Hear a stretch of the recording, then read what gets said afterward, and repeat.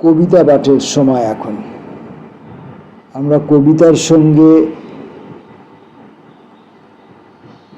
কাল কাটিয়ে থাকি, সময়কে হরণ করি অথবা সময়ের সঙ্গে সখ্যতা স্থাপন করি। তার মাধ্যম হিসাবে আমরা কবিতাকে ব্যবহার করি।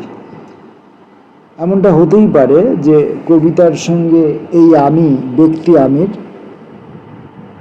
আজীবন তেমন কোনো সম্পর্ক গড়ে ওঠেনি, ভবিষ্যতেও গড়ে ওঠার কোনো সম্ভাবনা নেই। তথাপি আমার কাছে অন্ধকারের সঙ্গে যুদ্ধ করার জন্য আর কোনো আয়ুধ নেই। তাই আমি কবিতা হিসাবে যেগুলোকে বেছে নিয়েছি, যাদেরকে বেছে নিয়েছি, তাদের সঙ্গেই আমি সময় যাপন করি। আজ এই মুহূর্তে এই ভিডিওতে আমরা রাহুল পুরকায়স্থর দুটি কবিতা পড়ব। একটি ভয়ের কবিতা, প্রথমটি। তোমাকে আশ্রয় মানি, যেহেতু বৃষ্টির ভেজা রাতে কুকুরের ডাকও ভিজে যায়, কেউ নেই চরাচরে, নদীরা চড়ায়, আমি ভিজে উঠি, ভিজে যাই, ভেজা ঘুড়ি জলের লাটায় আমার সর্বাঙ্গে আছড়ায়। ভয় খায় চেতনার ঘোর ঘূর্ণি জল, পেরিয়ে পেরিয়ে দেখি এই মফস্বল, পাশে গঙ্গা পাটকল, প্রেতজনী শ্মশানের ছাই, আমি যাই, ভয়ে যাই, ভয়ের ভিতরে চলে যাই।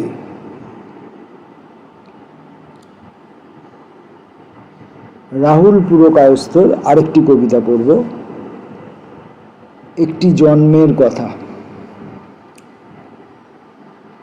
শেষ থেকে দেখি লৌহধূম ক্ষণগতিশীল, কত রূপ, কথা লোক, কথা পিপীলিকা, সম্পর্কে সন্দেহ রেখে যৌবন বটিকা, সাদা কথা কালো কথা ক্রমশ শিথিল।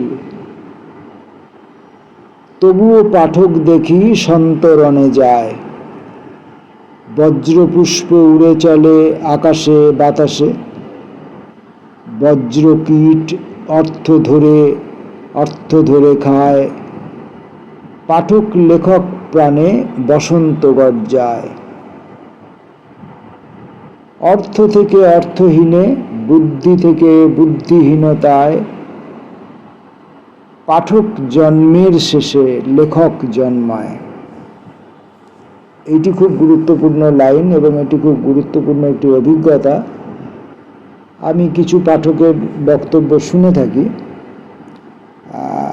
তারা কোনো বই পাঠ করলেন, হয়তো ঘটনাক্রমে তারা কোনো ব্যতিক্রমী উৎস থেকে একটি বই সংগ্রহ করে ফেলেছেন, অপরিচিত অখ্যাত কোনো কবির কোনো লেখকের একটি বই সংগ্রহ করে ফেলেছেন। কবির বই তো স্পর্শই করেন না, তো সংগ্রহ করে ফেলেছেন, তারপর সেটা পড়েছেন এবং সেটা পড়ার পর তারা অধিকাংশ ক্ষেত্রেই তাকে স্পর্শ করতে পারেননি।